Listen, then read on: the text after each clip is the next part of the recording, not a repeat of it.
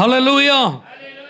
66ஆம் சங்கீதம் அதனுடைய 16ஆம் வசனத்தை நாம் எல்லாரும் இணைந்து வாசிப்போம். தேவனுக்கு பயந்தவர்களே, நீங்கள் எல்லாரும் வந்து கேளுங்கள், அவர் என் ஆத்துமாவுக்கு செய்ததை சொல்லுவேன். ஹல்லேலூயா. வருஷ கடைசியில் ஆண்டவர் நம்மிடத்தில் என்ன எதிர்பார்க்கிறார்னா, கர்த்தர் நமக்கு என்ன செஞ்சிருக்கிறாரோ அதை நம்ம சொல்லணும்னு எதிர்பார்க்கிறார். ஆனால் சத்துரு எப்படிப்பட்டவன்னா, ஆண்டவர் என்ன செய்யலையோ அதை சொல்லுன்னு சொல்றவன். ஹல்லேலூயா. ஆண்டவர் நமக்கு செஞ்சது அதிகமா, கர்த்தர் நமக்கு செய்யாதது அதிகமா அப்படின்னு ஒரு லிஸ்ட் போட்டு பார்த்தா அவர் செஞ்சது தான் அதிகம், அவர் செய்யாதது ரொம்ப குறைவு. அந்த அளவுக்கு கர்த்தர் நமக்கு என்ன செய்திருக்கிறார்?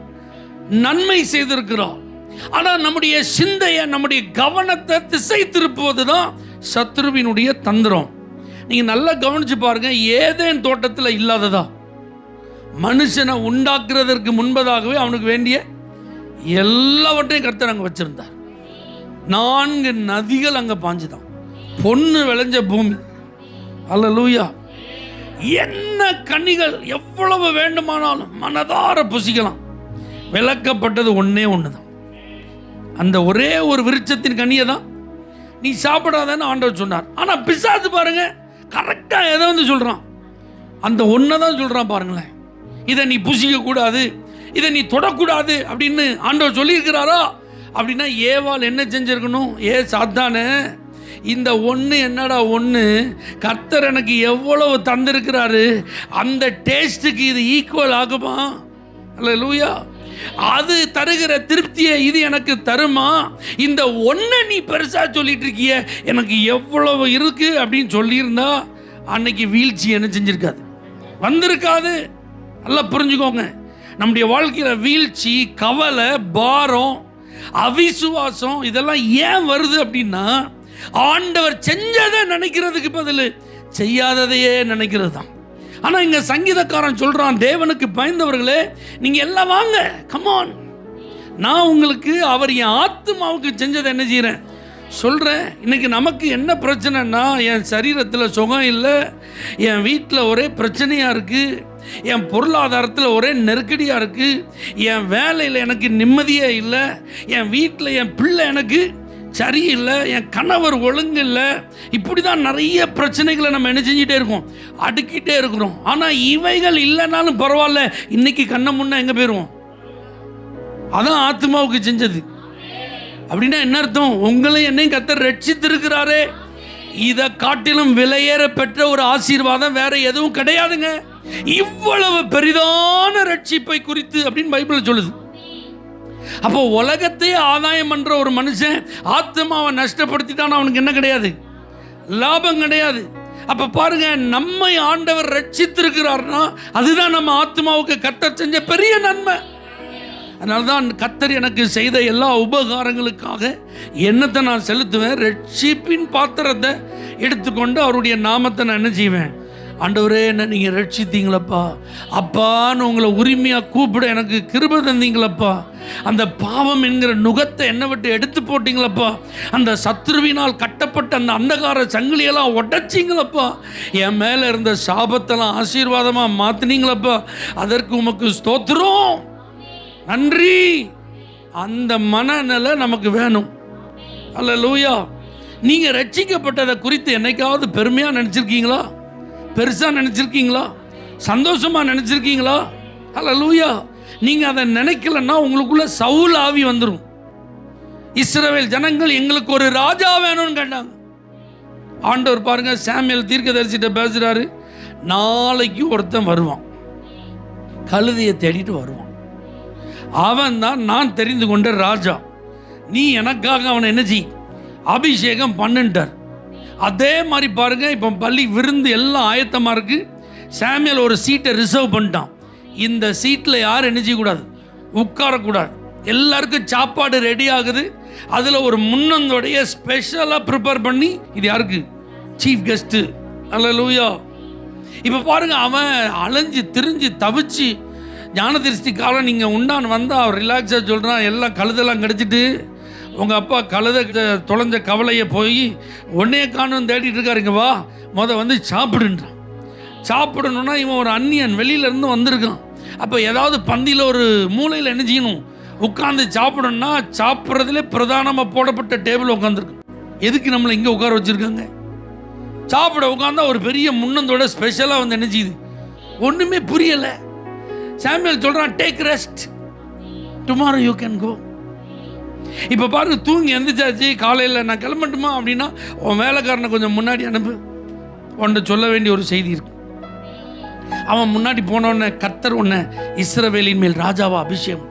ஓ, என் குடும்பம் என் கோத்திரம்லாம் ரொம்ப சின்னது, ஆகா ஓகலாம் டைலாக்லாம் பேசினார். அல்லேலூயா. ஆனால் இதில் அவர் வந்து நிலைச்சி நிற்கலைங்க. அவனுக்கு அந்த மேன்மை புரியலை. கர்த்தர் எந்த ஸ்தானத்தில் அவனை வச்சிருக்கிறார். நான் இஸ்ரவேல் ஜனங்களை ஆளுகை செஞ்சுட்டு இருக்கேன், அவங்க என்னையை புறக்கணிச்சிட்டாங்க. இப்போ நான் தேடி பார்க்குற 12 கோத்திரத்தில் அதில் 12வது கோத்திரம் பென்யமீன் கோத்திரம். அதில் கீஸின் குடும்பம் ரொம்ப சின்னது. அதில் சவுல் ஒரு சாதாரணமான ஒரு மனுஷன்.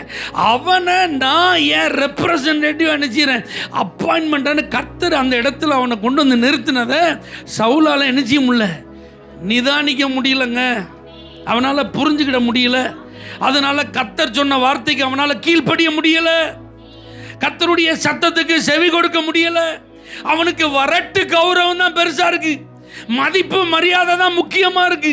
மக்கள் என்ன நினைப்பாங்க, நான் ராஜாவா இருக்கிறேன்னு, நீங்க என் கூட வரலன்னு என்னைய மதிக்க மாட்டாங்க, அதுதான் பெருசா இருக்க தவிர கர்த்தர் உன்னை புறக்கணிச்சிட்டாரு, நீ இனிமே ராஜாவா இருக்க மாட்டே, உன்னை காட்டிலும் உத்தமனா இருக்கிற ஒரு தோழனுக்கு இந்த ராஜ்யபாரம் போயிட்டுன்னா அவன் பாருங்க ஐ டோன்ட் கேர் அப்படின்னு இருக்கான். அது லெட் இட் பி. ஆனால் இப்போ எனக்கு மக்கள் மத்தியில் என்ன வேணும், அங்கீகாரம் வேணும்னு நிற்காம பாருங்க. ஆனால் தாவீதோட தெரிந்தெடுப்பு அப்படி கிடையாதுங்க. அல்லேலூயா. சாமுவேல்கிட்ட கர்த்தர் சொல்றாரு, பெத்லெகேமியனாகி ஈசாயின் வீட்டுக்கு போ, அவன் குமாரரில் ஒருவன், அவ்வளோதான். அவன் ஃபர்ஸ்டா செகண்டா தேர்டா ஃபோர்த்தா ஃபிஃப்த்தா யாரும் கிடையாது. அல்லேலூயா. அவன் பேரா நோ, எதுவுமே கிடையாது. இப்போ பாருங்க, இந்த ஈசாயை கூப்பிட்டு, எப்போ உன் பிள்ளைல ஒரு ஆள் தான் ஆண்டவர் ராஜாவா தெரிந்தெடுக்க போகிற, எல்லாரையும் கூப்பிடு. 1 2 3 4 5 6 7 வந்திருக்கு. இப்போ சாமுவேல் உட்கார்ந்துருக்கிறார். ஏன்னா சவுலை ஏற்கனவே பார்த்துருக்காருல. சவுல் வந்து இஸ்ரவேல் ஜனங்கள் எல்லாரும் எந்திரிச்சு நின்னா சவுலை எந்திரிச்சு நிற்பார். எல்லாரும் அவன் தோளுக்கு கீழே தான் இருப்பான், அவ்வளோ ஹைட் வெயிட்டு. இப்போ அந்த இடத்த ரீப்ளேஸ் பண்ணணும். ஈசாயினுடைய மூத்த மகனை பார்த்தா, அவனை பார்த்தோன்னே சாமுவேல் கெஸ் பண்ணிட்டான், இவன் தான் ராஜாவாக்கும். ஏன்னா ஆள் அவ்வளோ தோரணையாக இருக்கான். சவுலை ரீப்ளேஸ் பண்ண இடத்துல ஃபிக்ஸ் பண்ணுறதுக்கு சரியான ஆள். ஆனால் ஆண்டவர் சொல்கிறாரு, இவன் கிடையாதுப்பா. இப்போ 2வதா இல்லைப்பா, 3வதா இல்லை, இப்படியே எல்லாரும் புறக்கணிக்கப்பட்டார்கள். இப்போ சாமுவேலுக்கே டவுட் ஆயிட்டு, ஏன்னா கர்த்தருடைய சத்தத்தை தெளிவாக கேட்டு நடக்கிறாள் அவருக்கு. இப்போ ஈசாயிட்ட கேட்குறாரு, மொத்தமே உனக்கு இவ்வளோதான் பிள்ளைகளாப்பா? அப்போ தான் சொல்கிறான், ஒருத்தன் எங்கே இருக்கான், வனாந்தரத்தில் இருக்கான், ஆடுகளை மேய்ச்சிட்டு இருக்கான். அவனை கூப்பிடு, அவன் வந்ததுக்கு அப்புறம் தான் நான் சாப்பிடுவேன். இப்போ டேவிடுக்கு இங்கே என்ன நடக்குன்னே தெரியாது. இப்படி ஒரு விருந்து ஆயுதம் பண்ணப்பட்டிருக்க தெரியாது. இங்க தேசத்துல ஒரு மிக முக்கியமான விவிஐபி நம்ம வீட்டுக்கு வந்திருக்காருன்னு அவனுக்கு தெரியாது. என்ன நோக்கத்திற்காக இந்த கேதரிங் எதுவுமே தெரியாதுங்க. வந்து நின்னா எல்லாரும் அப்படியே பக்கா சூட்ல நிக்கிறாங்க. இவன் பாருங்க ஃபுல்லி ஷெப்பர்ட் பாய் ஸ்டைல்ல வந்து நிக்கிறான். ஆட்டு மந்தையில இருந்து வந்தா என்ன வீச்சம் வீசி இருந்திருக்கு பாருங்க. அப்படி வந்து நின்னா கர்த்தர் சொல்றார், நீ எழுந்து இவன் அபிஷேகம் பண்ணு. அவன் குளிச்சு கிளம்பி வந்ததுக்கு அப்புறம், அவன் ட்ரெஸ் பண்ணதுக்கு அப்புறம்லாம் வெயிட் பண்றதுக்கு எனக்கு டைம் இல்லை. This is the time right now. You rise up and anoint him. He is the one I am selected. Hallelujah. நான் இவனை செலக்ட் பண்ணியிருக்கேன்ப்பா, இவனை நீ அபிஷேகம் பண்ணுன்றாரு. டேவிட் பார்க்குறான். இப்போ என் ஆத்மாவுக்கு அவர் என்ன செஞ்சிருக்கார் தெரியுமா? என்னை காட்டிலும் திறமையுள்ளவங்க நிறைய பேரை புறக்கணிச்சிட்டு என்னை தெரிந்தெடுத்திருக்கிறார். என்னை பார்க்கிலும் தகுதியுள்ள அநேகரை ஆண்டவர் நிராகரிச்சுட்டு என்னைய செலக்ட் பண்ணியிருக்கிறாரு. எனக்கு சம்பந்தமே இல்லைன்னு சொல்லி என்னை வெறுத்த ஒரு கூட்டத்துக்கு மத்தியில் நீ தான் எனக்கு முக்கியம்னு கர்த்தர் என்னை தெரிந்தெடுத்திருக்கிறார். ஆகவே தேவ பிள்ளைகளை, அவர் என் ஆத்மாவுக்கு செய்ததை நான் சொல்லுவேன்னா, இந்த உலகம் தோன்றுவதற்கு முன்பே கர்த்தர் உங்களை, உங்க தாயின் கருவில் நீங்கள் உருவாக்கப்படுவதற்கு முன்னே, உங்க குடும்பம் உங்களுக்கு பேரை வச்சு கூப்பிடுறதுக்கு முன்னாடியே உங்களை ஆண்டவர் தெரிந்தெடுத்திருக்கிறார்னா அதை தான் நீங்க சொல்லணும். அல்லேலூயா. பைபிள் ஒரு வார்த்தை இருக்கு, பக்தி உள்ளவனை கர்த்தர் தனக்காக தெரிந்து கொண்டார். நான் தைரியமாக சொல்கிறேங்க, இந்த இடத்துல நீங்கள் இருக்கிறவங்க எத்தனை பேர் சொல்ல முடியும், நான் ரொம்ப பெரிய பக்திமான் அதனால கர்த்தர் என்ன செலக்ட் பண்ணார்? யாராவது சொல்ல முடியுமா? நம்மளாம் பாவிகள் தான், பக்திமான்லாம் கிடையாது. நம்ம வீட்டில் வேணால் யாராவது பக்திமான்களை அணிஞ்சிருக்கலாம், இருந்திருக்கலாங்க. நம்ம தாத்தாவோ பாட்டியோ அம்மாவோ அப்பாவோ, அல்லது இங்கே ஒரு சிலர் வேணால் நீங்கள் எப்படி இருந்திருக்கலாம், பக்திமான்கள் அணிஞ்சிருக்கலாம், இருந்திருக்கலாம். ஆனால் நாம் யாரும் பக்தியினால் தேர்வு செய்யப்பட்டவர்கள் அல்ல. அவருடைய அநாதி சிநேகத்தால், அவருடைய காருண்யத்தினால், அவருடைய முன்குறிப்பினால். எத்தனை பேர் இதை ஏற்றுக்கிறீங்க? அல்லேலூயா. அப்போ உங்களை என்னையும் காணியாட்சிக்கு புறம்பாக இருந்த அந்த சூழ்நிலையை மாற்றி, திருப்பி போடப்படாத அப்பத்தை போல இருந்த வாழ்க்கையை மாற்றி, அல்லேலூயா, காலில் மிதிக்கப்படுகிறதற்கு ஏதுவான நிலையில் கிடந்த நம்மளெல்லாம் கழுவி எடுத்து, அல்லேலூயா, வணங்கா கழுத்துள்ள நம்மளெல்லாம் கர்த்தர் சரி பண்ணி இன்னைக்கு வச்சிருக்கிறாருன்னா, நீங்களும் நானும் நம்முடைய ஆத்மாவுக்கு கர்த்தர் செய்ததை என்ன செய்யணும்? சொல்கிறவங்களா இருக்கணுங்க. அல்லேலூயா. உலகம் நம்மளை வேண்டான்னு புறக்கணிச்சிட்டுங்க, உதவாக்கறன்னு சீல் குத்திட்டுங்க, எந்த பிரயோஜனமும் இல்லைன்னு நாமே முடிவு பண்ணியிருக்கிறோம். ஆனால் கர்த்தர் நம்மை தெரிந்து, முன்னறிந்து, அழைத்து, அபிஷேகித்து இன்னைக்கு ஆசீர்வச்சிருக்கிறார்னா, இதுதான் உங்கள் ஆத்மாவுக்கு அவர் செய்தது. நம்மை காட்டில் எத்தனையோ நல்லவங்க வெளியில் இருக்கிறாங்கங்க. புகழ் பெற்றவங்க இன்னும் ரட்சிக்கப்படலை, கோடீஸ்வரங்க இன்னும் மனம் திரும்பல, ஆமென். கல்வியில் சிறந்தவங்க இன்னும் இயேசுவை என்ன செய்யல, அறிந்து கொள்ளல. விஞ்ஞானிகளுக்கு இந்த உண்மை இன்னும் புரியல. என்னத்தெல்லாமோ ஆராய்ச்சி பண்றாங்க, ஆனால் இந்த வேதத்தை அவங்களால விளங்கி கொள்ள முடியல. இயேசு குறித்து சொல்ற வார்த்தை என்ன செய்ய முடியல, அவங்களால ஏற்றுக்கொள்ள. ஆனால் பேதைகள், கல்வி அறிவு இல்லாதவர்கள், குடும்ப பின்னணியம் இல்லாதவர்கள், முக்கியமானவர்கள் என்று கருதப்படாதவர்கள், ஏதோ பிறப்பால கிறிஸ்தவ குடும்பத்தில் பிறந்தாலும் ஏதோ நான் சர்ச்சுக்கு போறேன்னு வாழ்ந்தவர்கள் நம்மை ஆண்டவர் தேர்வு செய்திருக்கிறார் என்றால், இதுதான் நம்முடைய ஆத்மாவுக்கு கர்த்தர் செய்தது. இதை நீங்களாம் என்ன செய்யணும்? சொல்லணும். கர்த்தர் உங்க ஆத்மாவுக்கு செஞ்சது சொல்லணும். அதை விட்டுட்டு என் வீட்டில் அது இல்லை, என் குடும்பத்தில் இது இல்லை. உங்க ஆத்மாவை கர்த்தர் ரட்சித்திருக்கிறார்ல, அதுதான் பெருசு. அந்த ஆத்மாவில் உங்களுக்கு கிடைச்ச ரட்சிப்பை நீங்கள் பெருசாக பார்த்தீங்கன்னா, இந்த உலகம் சம்பந்தப்பட்ட பாதிப்புகள்லாம் உங்களுக்கு எப்படி இருக்காது?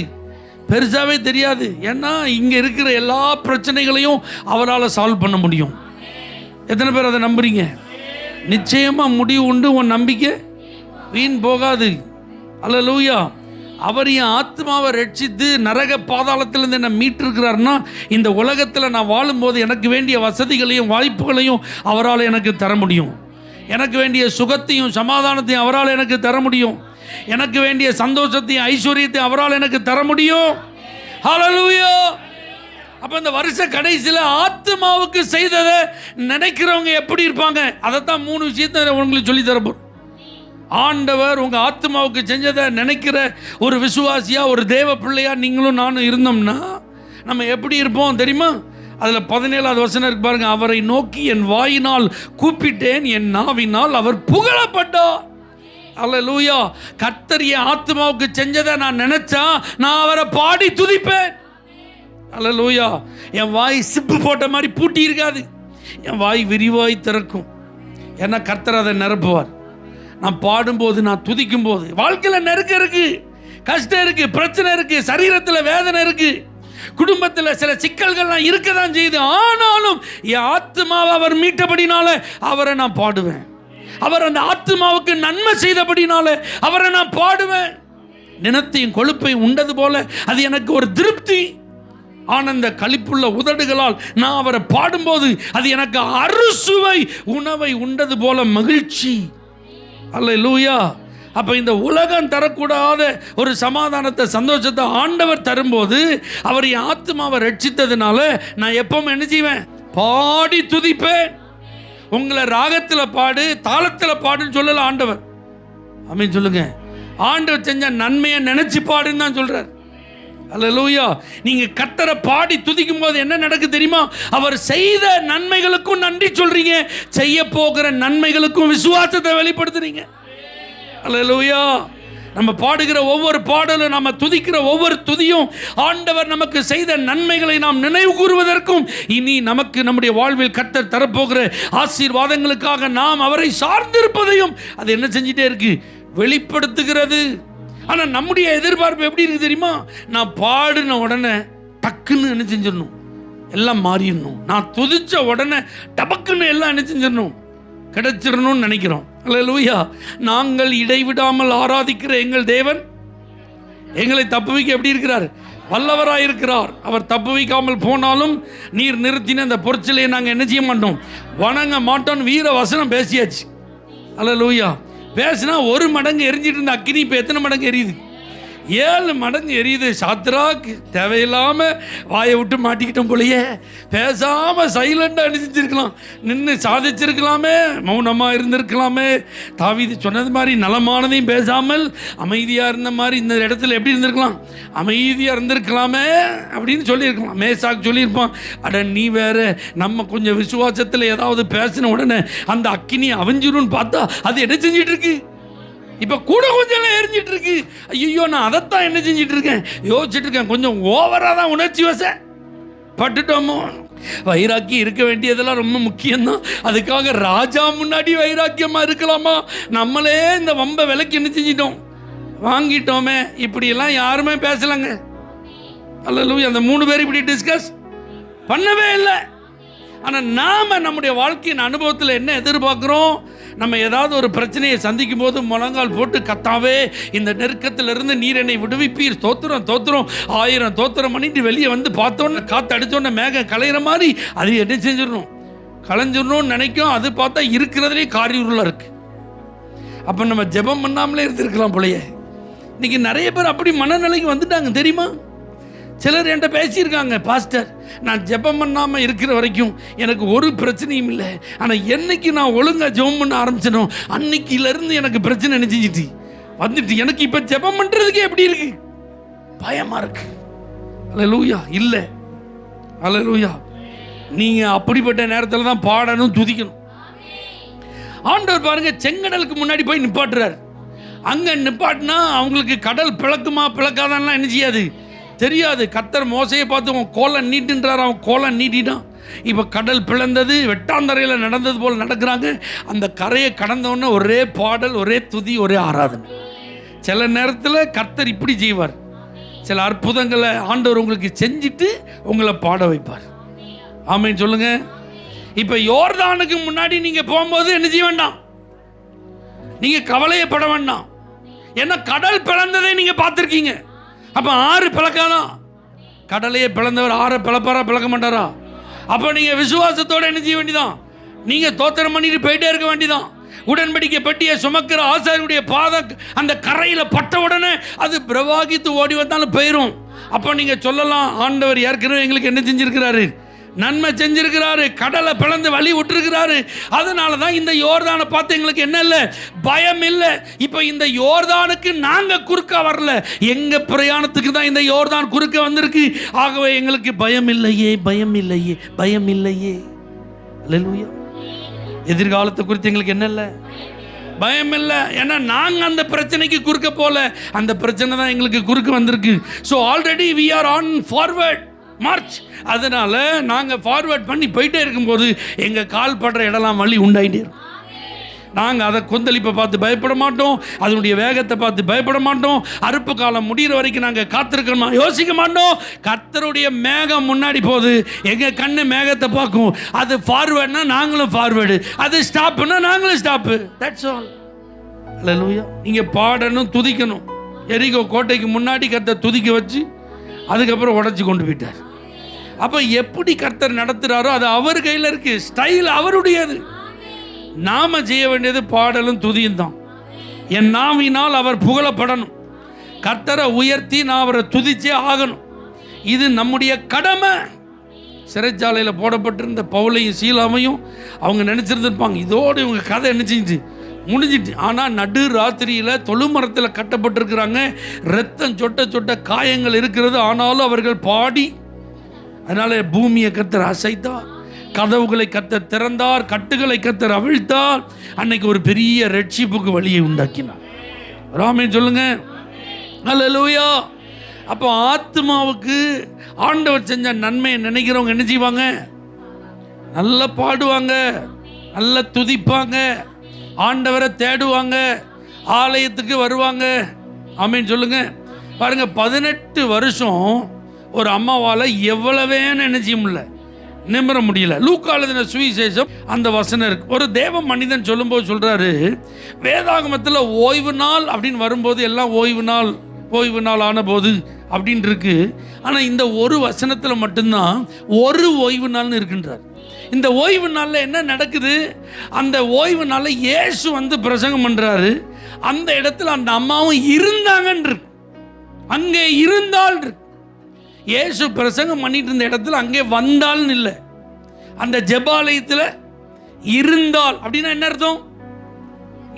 இந்த அம்மா இயேசு வந்திருக்கிறாரு, அவர்கிட்ட போனால் இந்த நிமிர முடியாத இந்த பிரச்சனையிலேருந்து எனக்கு என்ன கிடைக்கும்? சுகம் கிடைக்குன்னு வந்தவங்க கிடையாது. இது ஆலயம், இது ஆராதனை நேரம்.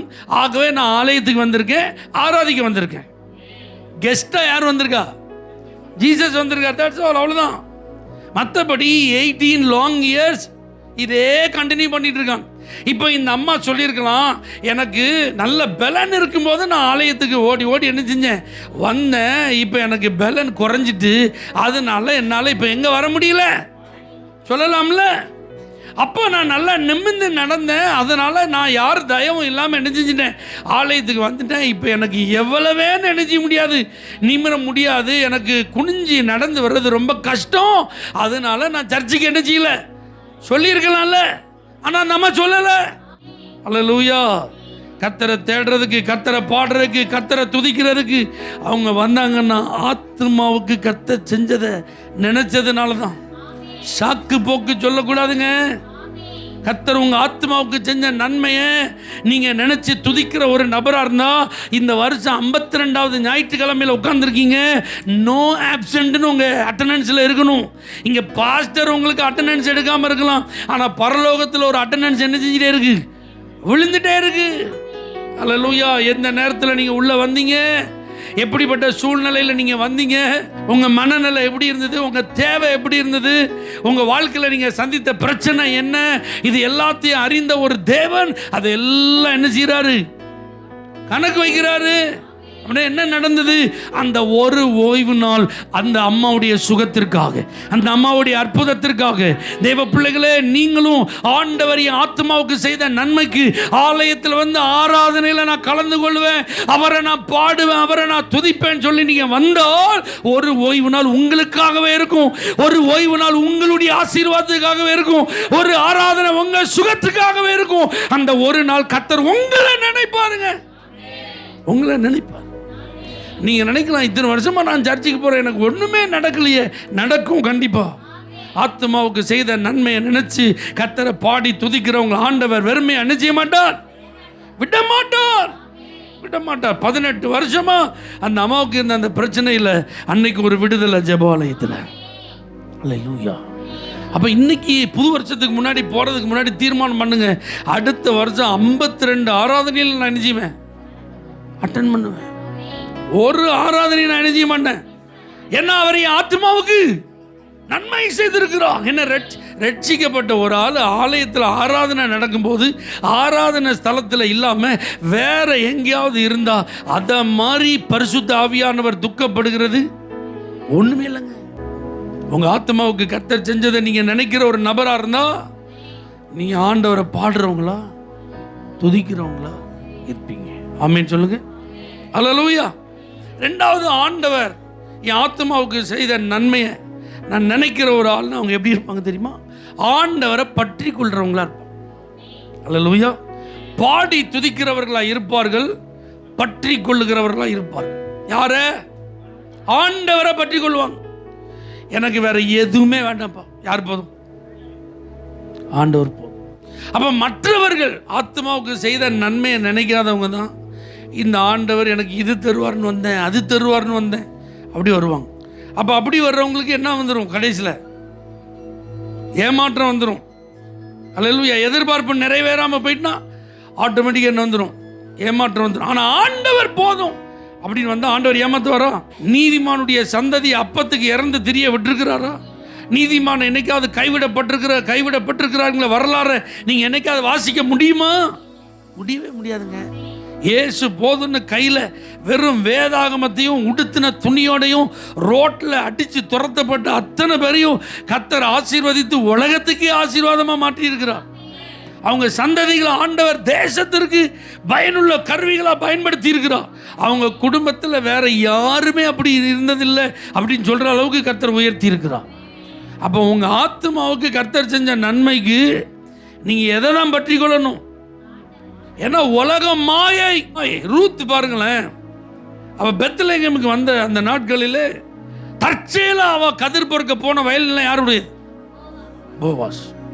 இப்போ அவ யாரு, எங்கேருந்து வந்திருக்கிறா? அத்தனை தகவலும் போவாஸுக்கு போயிட்டு போவாஸ் வந்து சொல்றாரு, கர்த்தர் உடனே நிச்சயவார் இருப்பார், நீ பயப்பட வேண்டாம், நீ இங்கே கதிர் பொறுக்கலாம், அறுவடை காலம் முடிகிற வரைக்கும் தண்ணி குடிக்கிறக்கு அந்த குடிசைக்கு போய்க்கிடலாம்.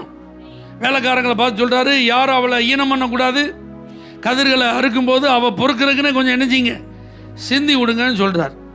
இப்போ இந்த அம்மா டெய்லி காலையில் எங்கே வந்துடுவாங்க? வயல் நிலத்துக்கு வருவாங்க. யாருடைய வயல் நிலத்துக்கு? ஆமாம், போவாஸுக்காக வருவாங்களா, கதிர் பொறுக்கிறதுக்காக வருவாங்களா? அதனால் என்ன நடந்தது? காலையிலேருந்து சாயங்காலம் வரைக்கும் இவங்க என்ன செய்யணும்?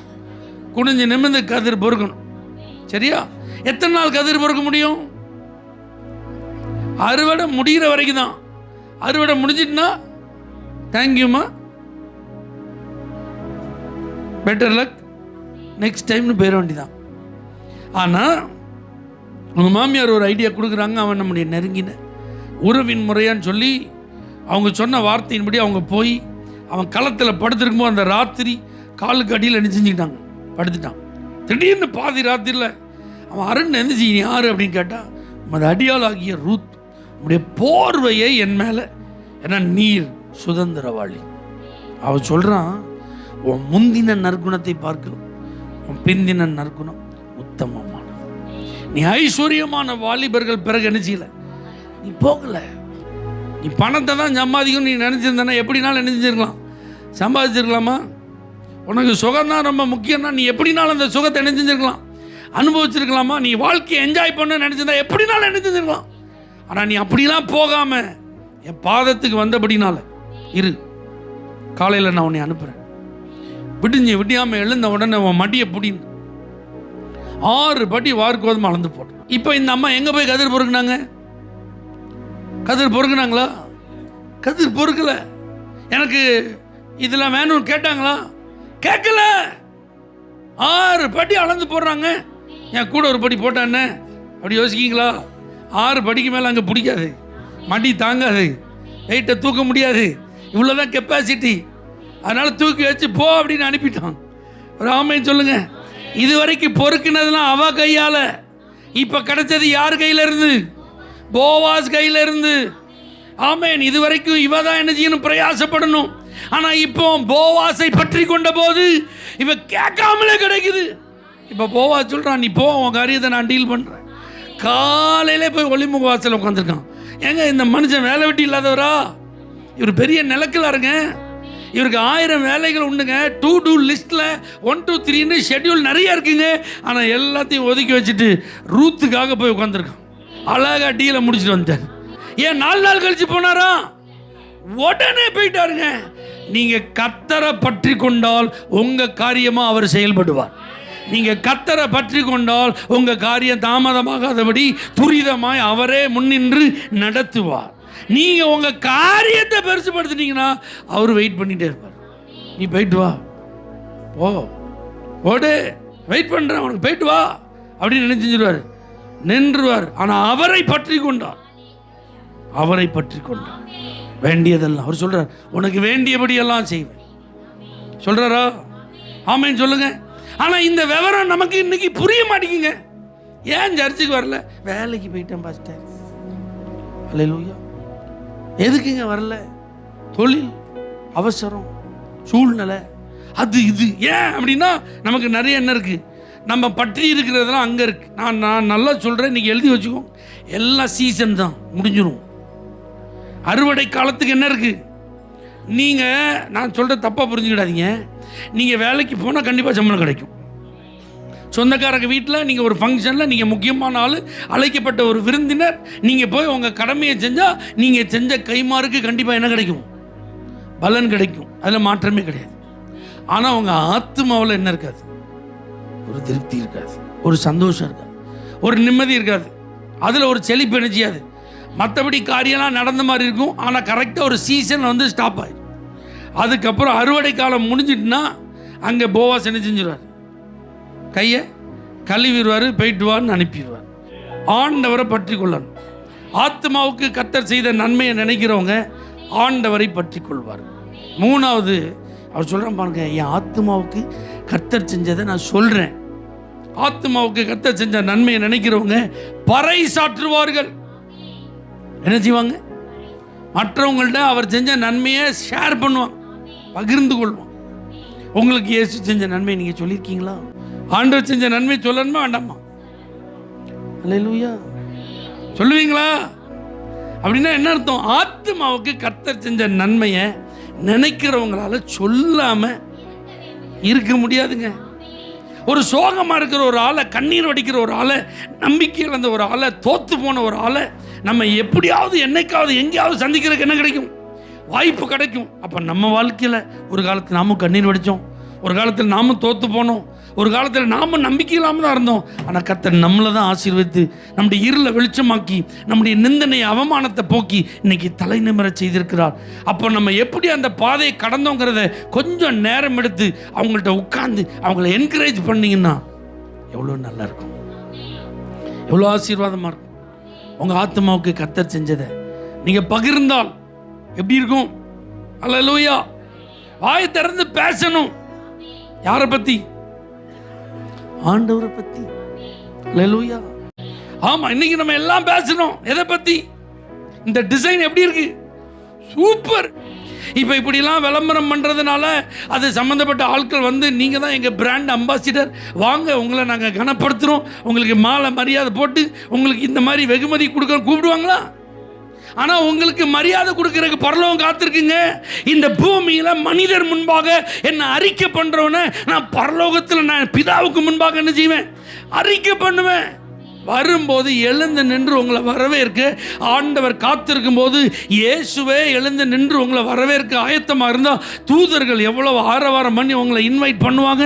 இப்படிப்பட்ட ஒரு பெரிய ஆசீர்வாதம் உங்களுக்கு காத்திருக்கும் போது இங்கே நீங்கள் மௌனமாக என்ன செய்யக்கூடாது? பேசாமல் இருக்கக்கூடாது. கர்த்தர் உங்களுக்கு செஞ்ச நன்மையை ஷேர் பண்ணாமல் இருக்கக்கூடாது. மற்றவர்கள்ட்ட நீங்கள் வாய் திறந்து இயேசு செய்த நன்மையை நீங்கள் சொல்லணும். அப்போ பரலோகத்துக்கு போகும்போது உங்களுக்கு வரவேற்பு எப்படி இருக்கும்?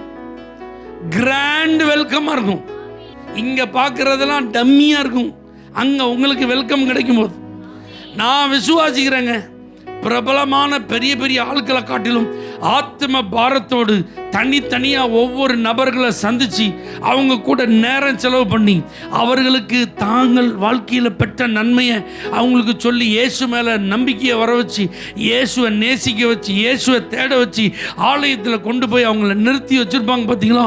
இந்த மாதிரி ஆட்களுக்கு கிடைக்கிற வரவேற்பு பிரம்மாண்டமாக இருக்கும். அல்லேலூயா.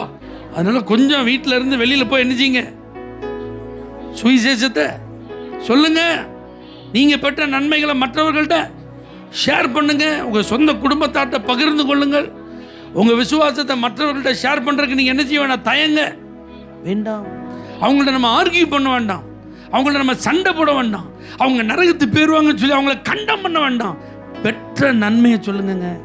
இயேசு உங்களுக்கு தந்த ஆசீர்வாதத்தை சொல்லுங்க, அது போதும். அல்லேலூயா. ஆண்டவர் தன்னுடைய ஆத்மாவுக்கு செய்த நன்மையை நினைப்பவர்கள் பாடி துதிப்பார்கள், பற்றி கொள்வார்கள், பறை சாற்றுவார்கள். கண்களை மூடி நாம் ஜெபிப்போம். கரங்களை உயர்த்தி ஆண்டவரை சொல்லுங்க, இதெல்லாம் நான் செய்வேன் ஆண்டவரே.